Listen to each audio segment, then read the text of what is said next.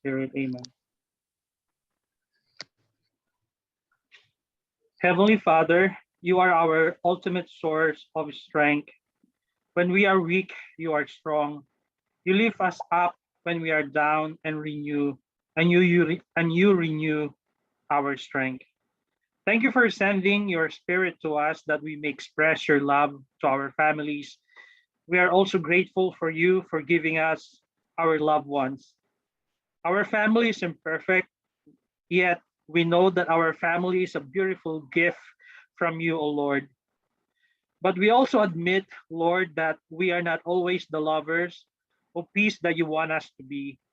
There are times in our families when we fight and bicker with each other. There are times when we let anger, strife, and bitterness rule over our hearts.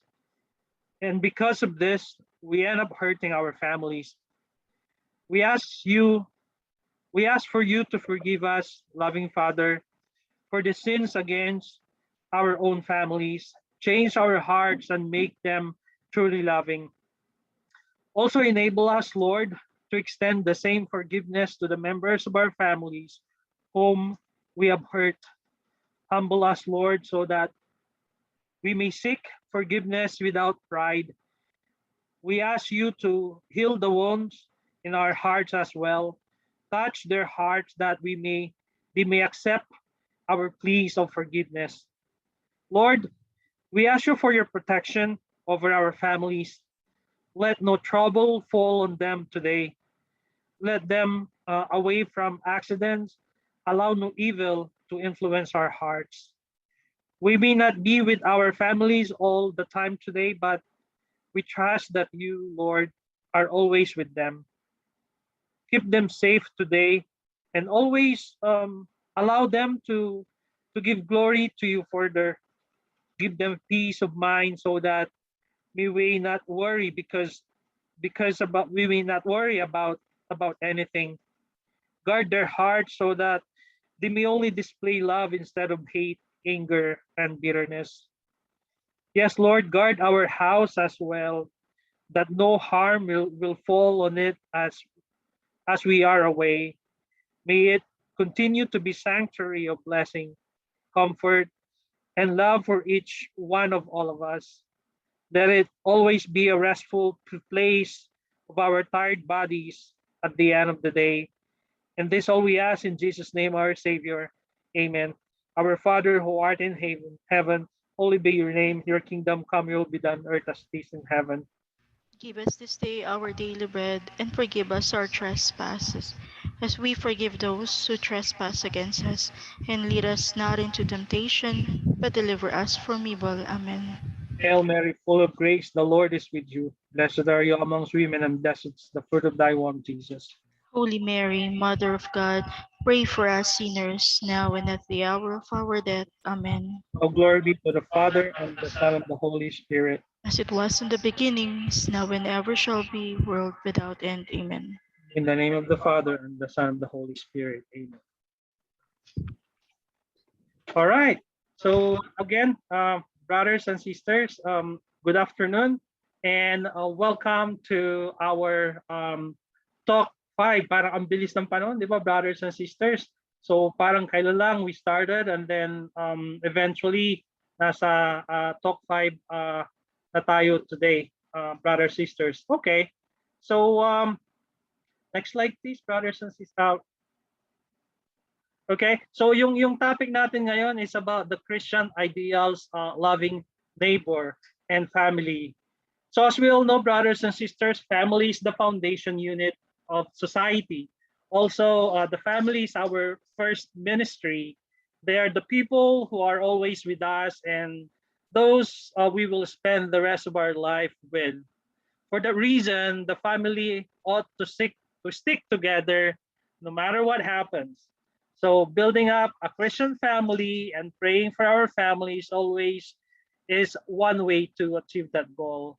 So let us hear what we can learn from this topic, brothers, sisters. And to start with, our speaker this afternoon is Brother Soy and Sis Neri Dizon. So let's welcome Brother Soy and Sis Neri. Hello po, magandang hapon po, brothers and afternoon po. sisters. Hello po sa mga participant po natin. Good afternoon. Good afternoon po. Yan. By the way po, no? I-share lang po kami ng screen. Yan. Yan. Okay na po ba? Ito po, no? Nasa talk number 5 na po tayo. Kagaya nga po na sinabi ni Brother Alex. Halfway na po tayo sa ating Christian Life program. Congratulations in advance. I'm Brother Soy. Ito yung Neri. ako si Ate Kathleen, Ate CJ, ito si Ate MJ o si Ate Maxine. Before the talk proper, brothers and sisters, meron po tayong family game. Yan. Ito po yung ang dynamic nito. Ituturo lang po who is most likely to a family game. I-enjoy po natin.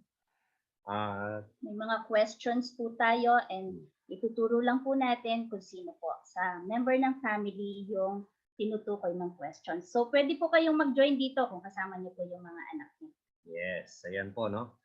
First question. The first question, who is most likely to excel in school? Sino Silang nag-excel? dalawa. Sila. Ayun. Silang dalawa magkapatid po. Next question, who is most likely to be afraid of spider? Ay, bunsoy. Lahat po ng insekto, takot yan. Inaamin sila niya. Next, who is most likely to cry over a movie? Yan, si Bunsoy na naman. Iyakin po. Ayan.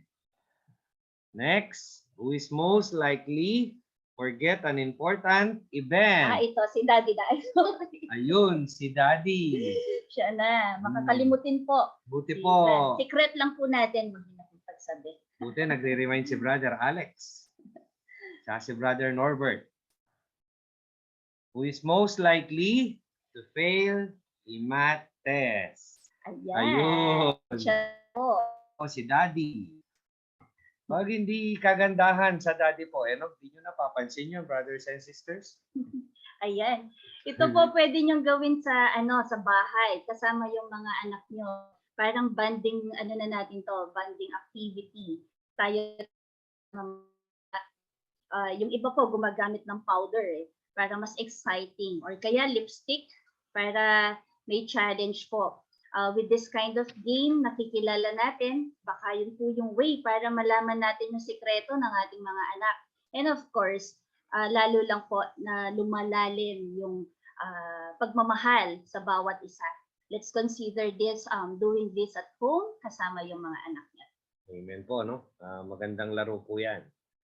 Yan po, proceed na po tayo sa talk proper. The Christian family. Ay gaya nga po ng sinabi ko kanina, halfway na po tayo ng Christian Life program.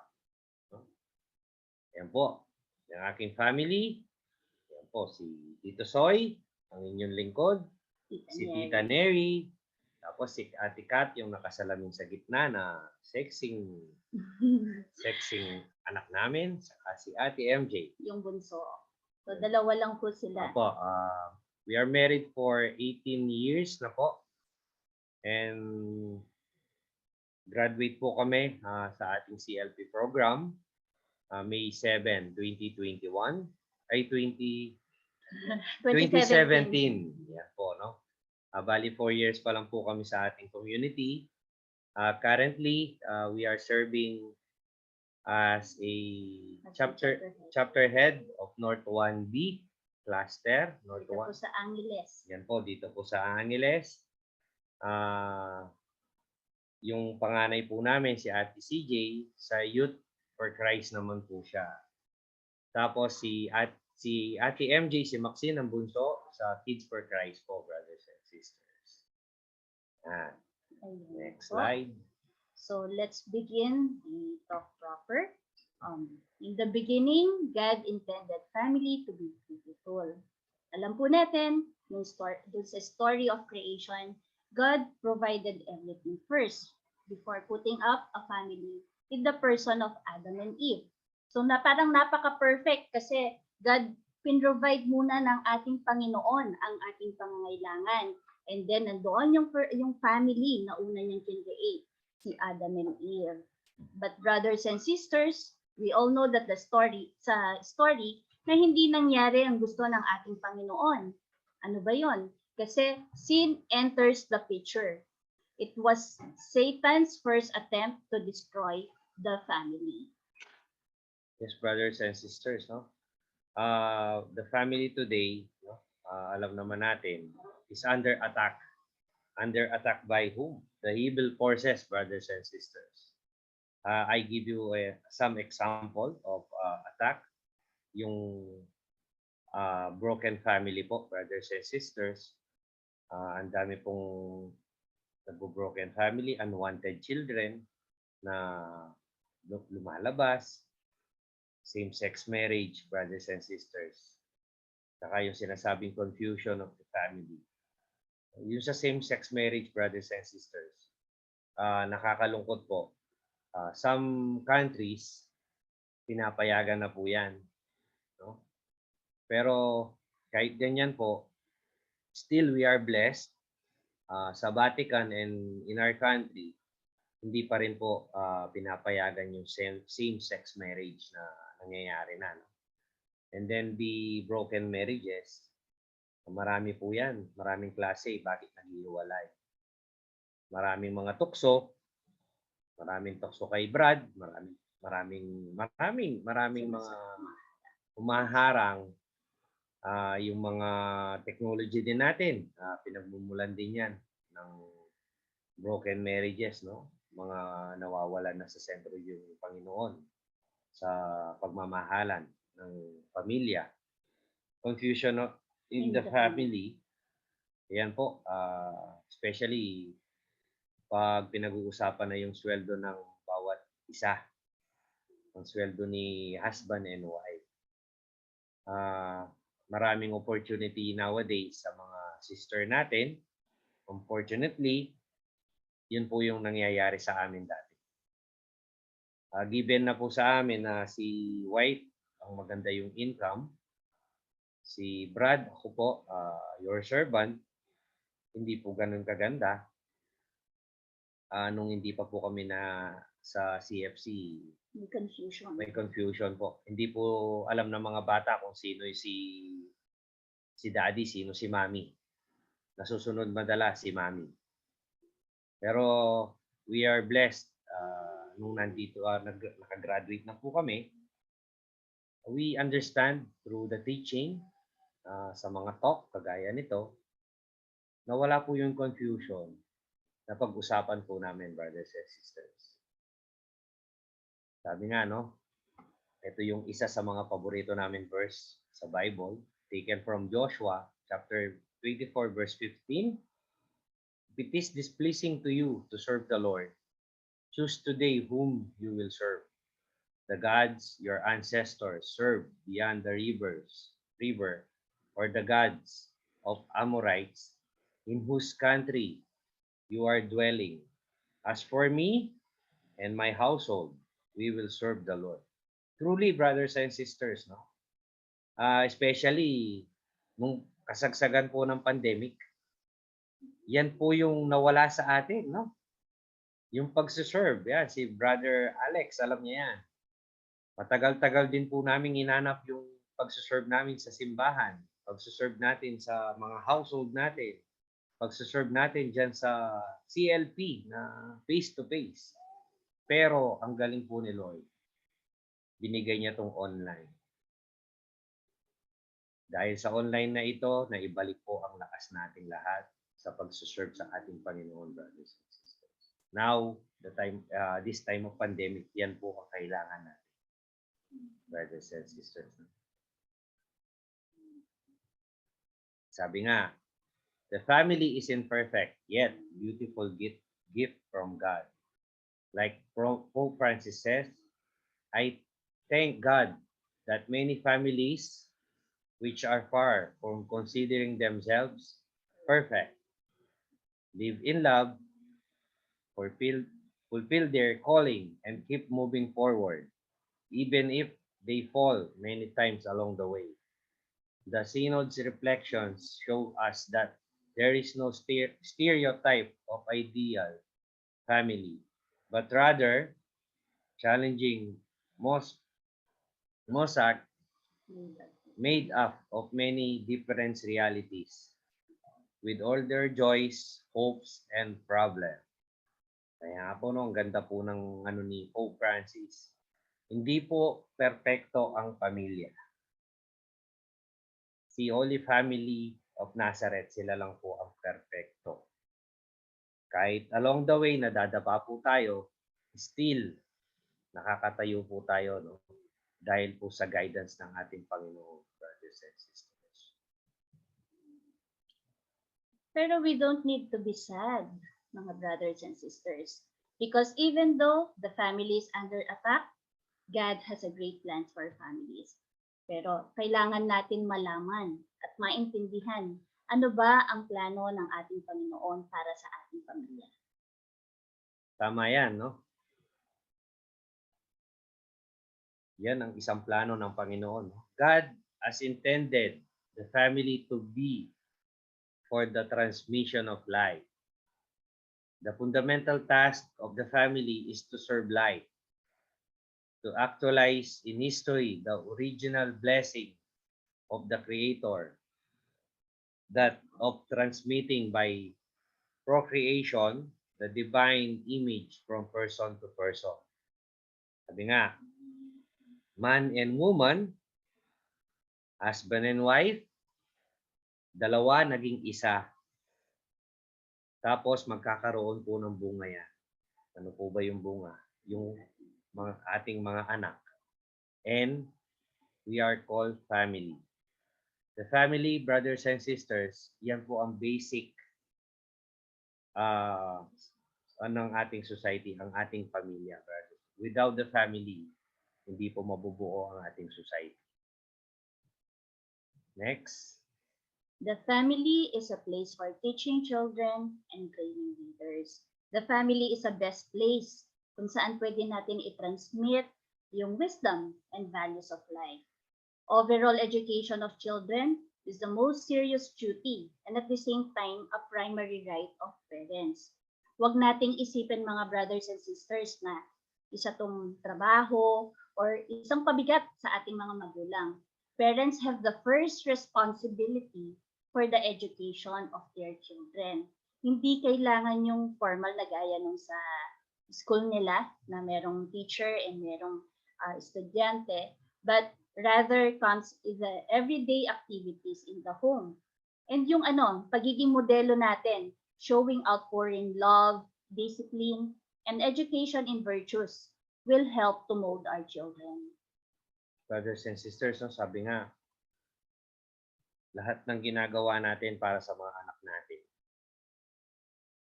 Sa simpleng training lang po, sa siguro disiplina, paglilinis ng mga bahay, maliit na bagay yan kung titignan natin. Along the way, pag nagka-family din sila, yun din po ang gagawin nila. As a parents, sabi nga, tayo po ang pwedeng mag-train sa kanila. The next one, the family is a domestic church. Parents, especially the father, are to be the priest in their family. Tayo po ng mga daddy, o mga tito, o mga brother, o husband, tayo po ang magli-lead sa ating family. Sa lahat ng pagdadasal, tayo ang magiging, kumbaga, pare ng ating pamamahay o ating pamilya. Next one. Sabi. Yan. Ang ganda ng plano ng ating Panginoon. Kung titignan natin, no? Pero we're wondering why God's plan for families are not happening. Bakit nga ba? Kasi God has lost his central place in the family. Yan po, nawawala po si God sa sentro ng ating buhay, pamilya. Sa konting problema, nagkakagulo na po. Bakit? Na-out of place na po ang ating Panginoon. Naitatabi na lang natin siya. Hindi natin alam na nandyan siya. Pero kung nasa sentro po siya, still we are guided, brothers and sisters. Pangalawa po, the family itself losing its importance. Bakit po nawawala ang importansya ng pamilya? Ang dami po. Ang dami pong sagabal. Yung una po, yung social media, yung technology, gadget. Ano po bang ginagawa natin as a parents? Nag-uusap-usap pa ba po tayo? Tinetreasure pa ba natin yung oras? Itong pandemic, ano po bang ginawa natin? Ito po yung pagkakataon itong naging pandemic na pinagbuklod ang isang pamilya. Nag-usap-usap po ba tayo?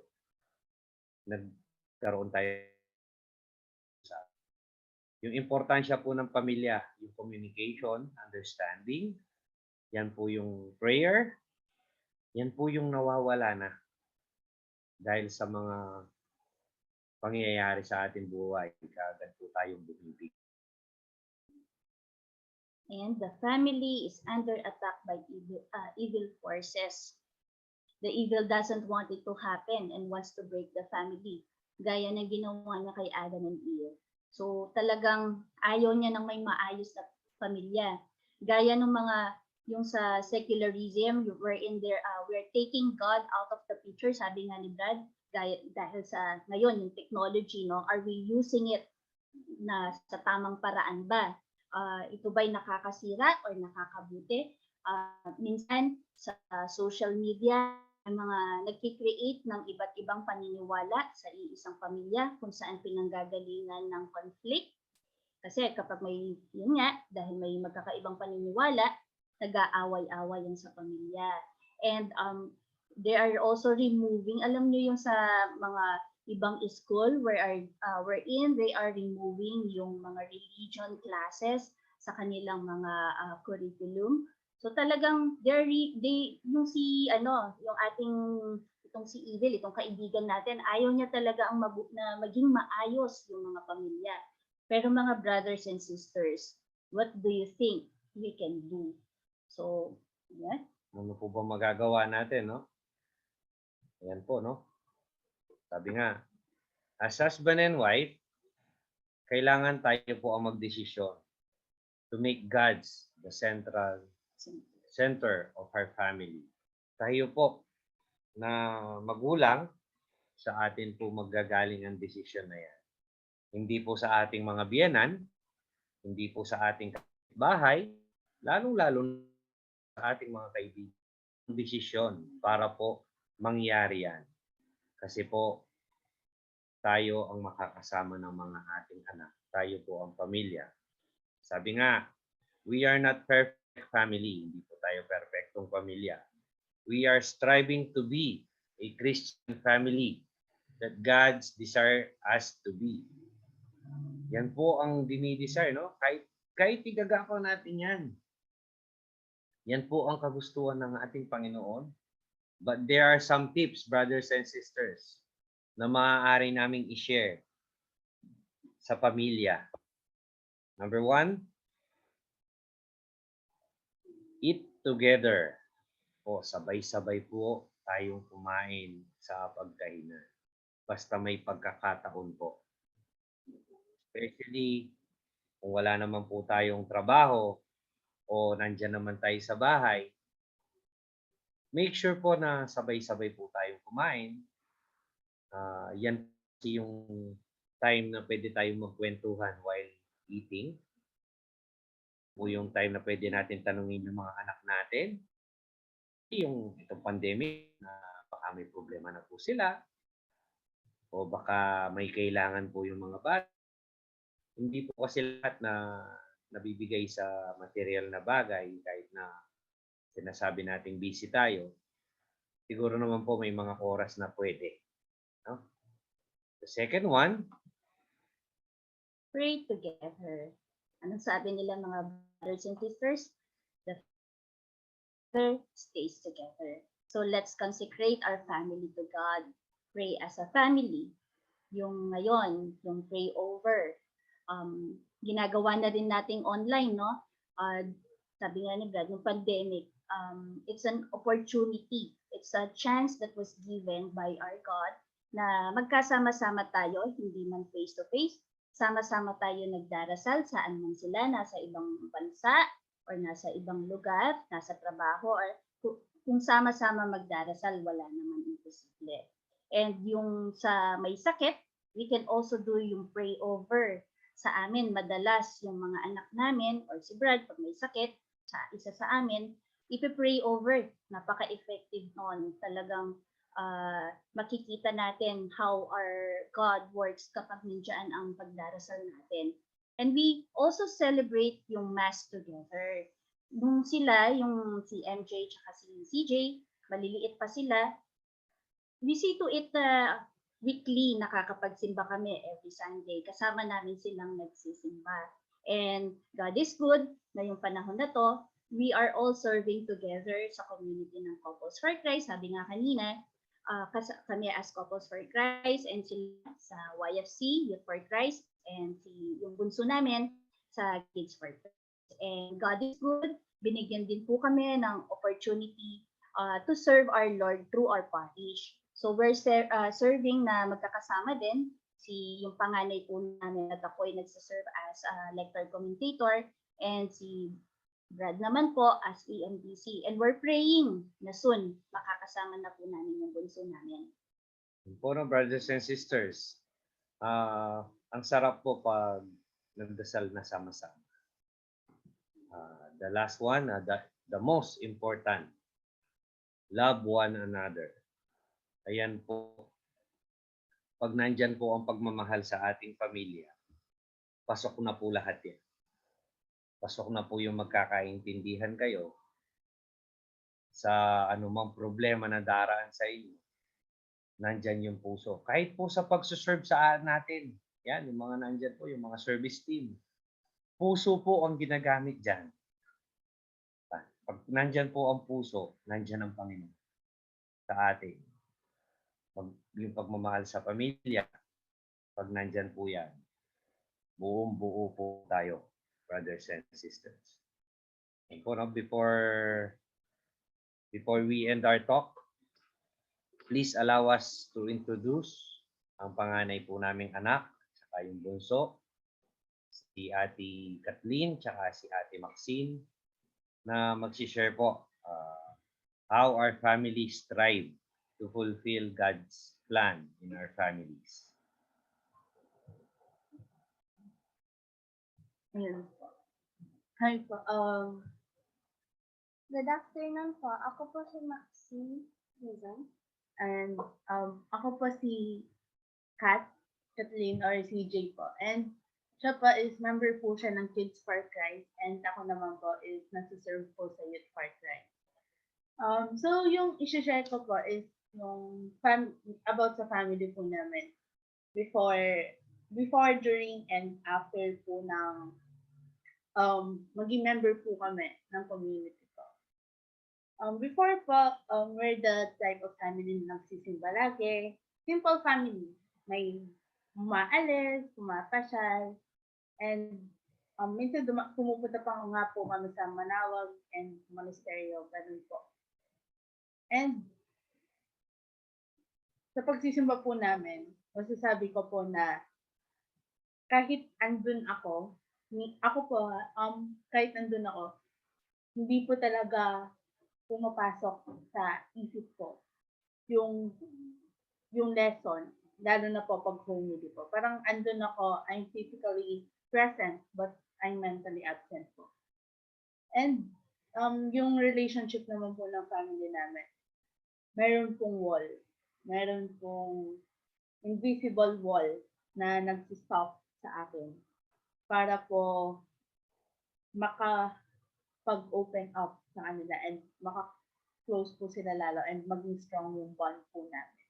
Kahit po sa kapatid ko, kahit po dalawa na lang po kami, hindi ko po talaga masabi na sobrang lapit po kami dati sa isa't isa. Kasi po, nagbubisitan po kami, pinagtitripan yung isa't isa. Pero maabot po sa point na nagkakapipunan and may umiiyak po. Pero during po the time na nasa youth camp po ako or yes, yun po. And pumasok po ako sa community. Sa community. Mayroon pong realizations. Maraming realizations and marami po kami natutunan. Lalo na po ako na about sa family and about God being the center of the family po. After po nung sa makagraduate kami, ako po sa youth camp, sabay po kasi kami nag-graduate nila mami. Sila po, nag-graduate po sila ng May 7, 2017 ng gabi sa CLP po. And ako naman po, nag-graduate naman po ako ng May 7 din po, 2017 din. Morning naman po sa youth camp. And doon po ako naging member ng YFC or Youth for Christ and sila po naging member po ng Couples for Christ. After po nun, may changes. Maraming changes sa family po namin. Pero hindi po siya, masasabi ko pong parang baby steps or dinahandahan po. Hindi po kasi talaga mabibigla yun. Hindi po biglaan magbabago lahat. Yung bond po namin, unti-unti po siya nagiging strong. Kung merong wall po dati, nabawasan po yun, numipis hanggang sa mawala. And kami po ni MJ, lalo po kami naging close and nag-open na po kami sa isa't isa. Siguro pa marami pong times na mas nag-open po siya sa akin kaysa kila mami. Una niya po muna sasabihin sa akin, bago niya po sabihin kila mami, gano'n. And meron po kaming parang bonding time. This time, yung bonding time po na yun, yung bonding talaga na nag-uusap-usap lahat and magaan po sa loob. And yung sa pag nagmamas po kami, gano'n. Parang after po nun, masasabi kong may natututunan ko na po yung sa homily or sa mismong math. Kasi po after po nun, nakaka-relate na po ako sa mga sinasabi nilang lesson po. And parang iisip ko na, yun din po yung na-realize ko. Ganun. And masaya po sa pakiramdam and magaan po sa loob na yung family is God-centered po. Kasi po parang kahit maraming problema, wala pong magiging okay din po lahat. Alam niyo po magiging okay lahat. Yun lang po. Yeah. Yan po, no, brothers and sisters. Truly, God is good. Hindi po nawawala ang problema sa ating pamilya. Kagaya nga po ng sinabi ni Ate Kathleen, kami po ay dumaan din sa mga pagsubok. Dumaan po sa itong nagkasakit, pagkagaling sa dengue, dumating naman sa point na nag-quarantine. Nandyan po yung mga problema. Nandyan na po yan. Mga given problem na yan. Pero God is truly good. Wala pong imposible. Lalo po kami pinalakas through the power of the Holy Spirit na pinadadala ng mga kapatid natin. Through prayer po, brothers and sisters. Sabi nga nila, kagaya din po kami dati na participant na ganyan po. 4 years ago, kung nangyari po sa amin, pwede din po mangyari sa inyo, brothers and sisters. Amen. So, sa exhortation po sa Amaris Laetitia, Nazareth is life. It's loving community. It's simple and austere beauty. It's sacred and inviolable character.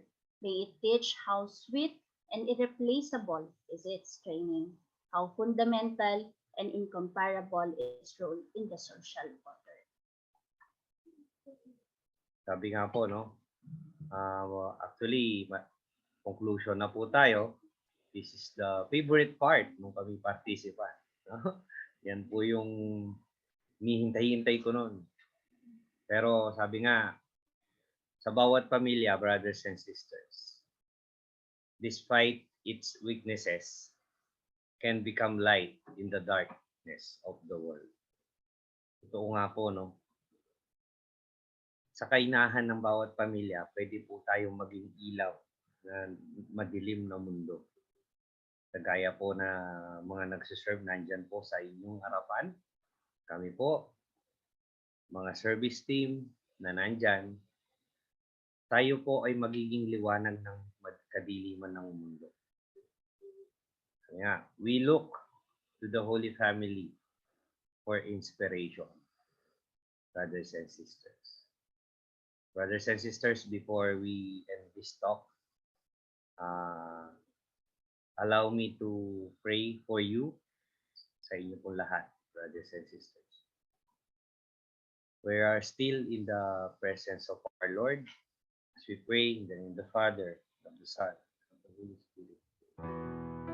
Jesus, Mary, and Joseph knew to contemplate the splendor of true love. To you, we turn with trust. Holy Family of Nazareth, grant that our family too may be places of communion and prayer, authentic school of the gospel, and the small domestic churches. Holy Family of Nazareth, may families never again experience violence, rejection, and division. May all who have been hurt or scandalized and ready comfort and healing. Holy Family of Nazareth, make us once more mindful of the sacredness and inviolability of the family and its beauty in God's plan. Jesus, Mary, and Joseph, graciously hear our prayer. In the name of the Father, and of the Son, and of the Holy Spirit. Amen. Ayan po ang aking family.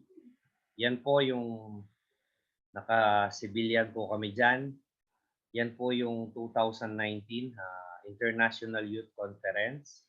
Yan po yung inattend namin ng buong pamilya. Hindi lang po siya mission, kasama na po yung pag-e-enjoy ng pamamasyal ng pamilya. While we serving our Lord, still we are enjoying it na magkakasama sa pamilya. Ito naman po, ang inyong lingkod at ang aking pamilya, na-extend po ang ating community. Inadapt din po kami sa Paris. As EMDC, si sister tsaka yung panganay as Lecom. Soon, pag nag-first communion na po yung bunso, after this pandemic, magsuserve na rin po siya. Brothers and sisters, hindi po kami ang modelong pamilya dito. Iyan po ang modelong pamilya, the Holy Family of Nazareth. For that, brothers and sisters, may God be praised. Magandang hapon po sa inyong lahat. Salamat po. Thank you rin po, Dr. Thank you. Thank you. Marami pong salamat, Brother Soy and Sis Mary. Thank you for inspiring our families. At thank you for giving us your time today at sharing your family with us. Thank you for that.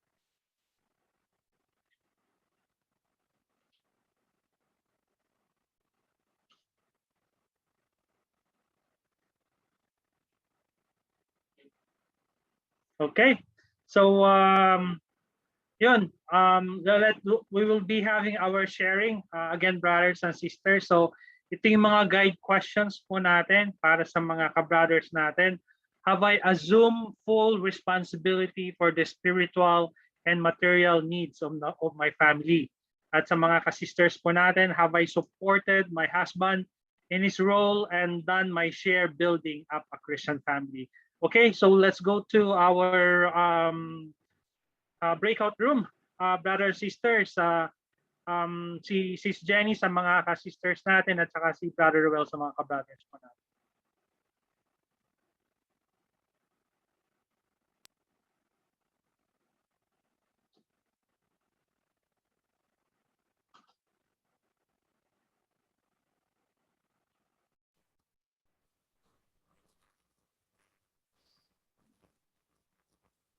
Pick up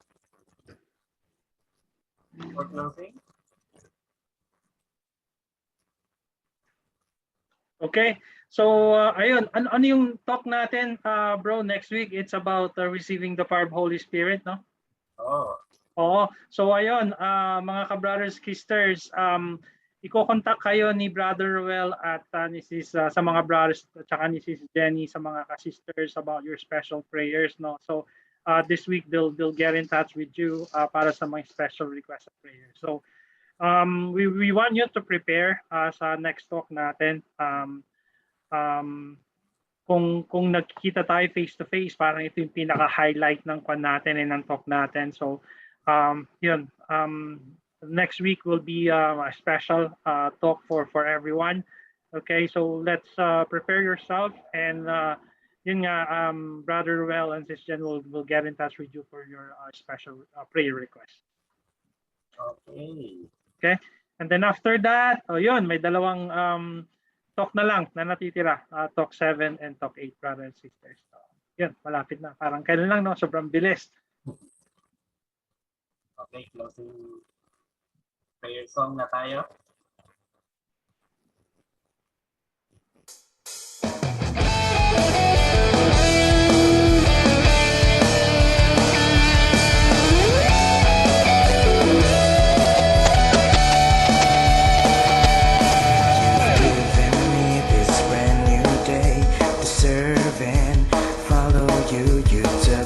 Tears and made me smile, lifted me up.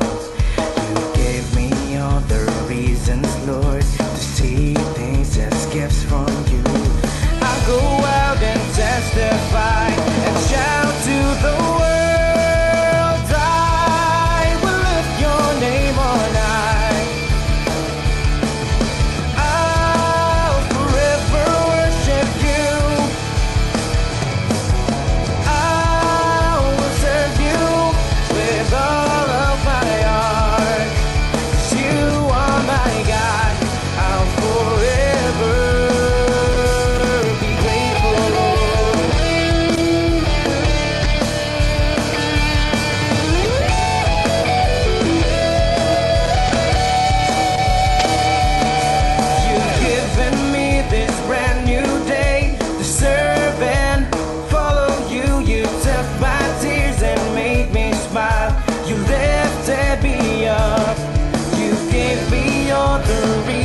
Lord, to see things as gifts from you.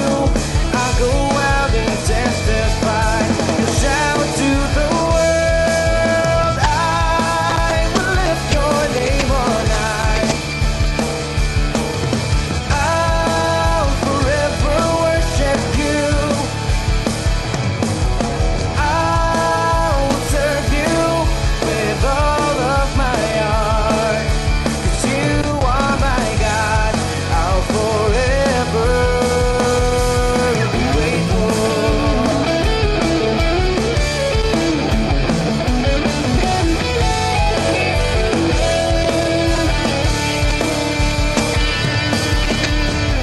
When trouble comes my way, you are there to stay, and everything will be alright.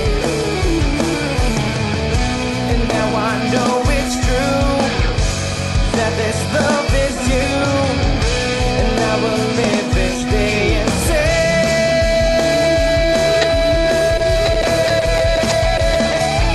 I will lift your name on high. I'll forever worship you.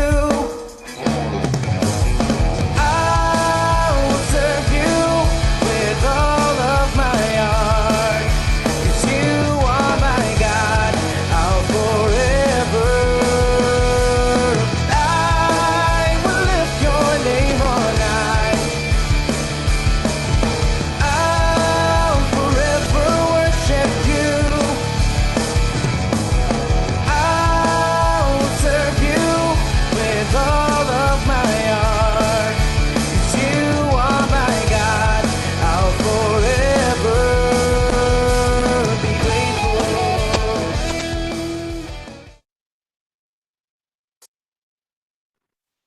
Alright, brothers, sisters, damin po muli natin ang presensya ng ating Panginoon.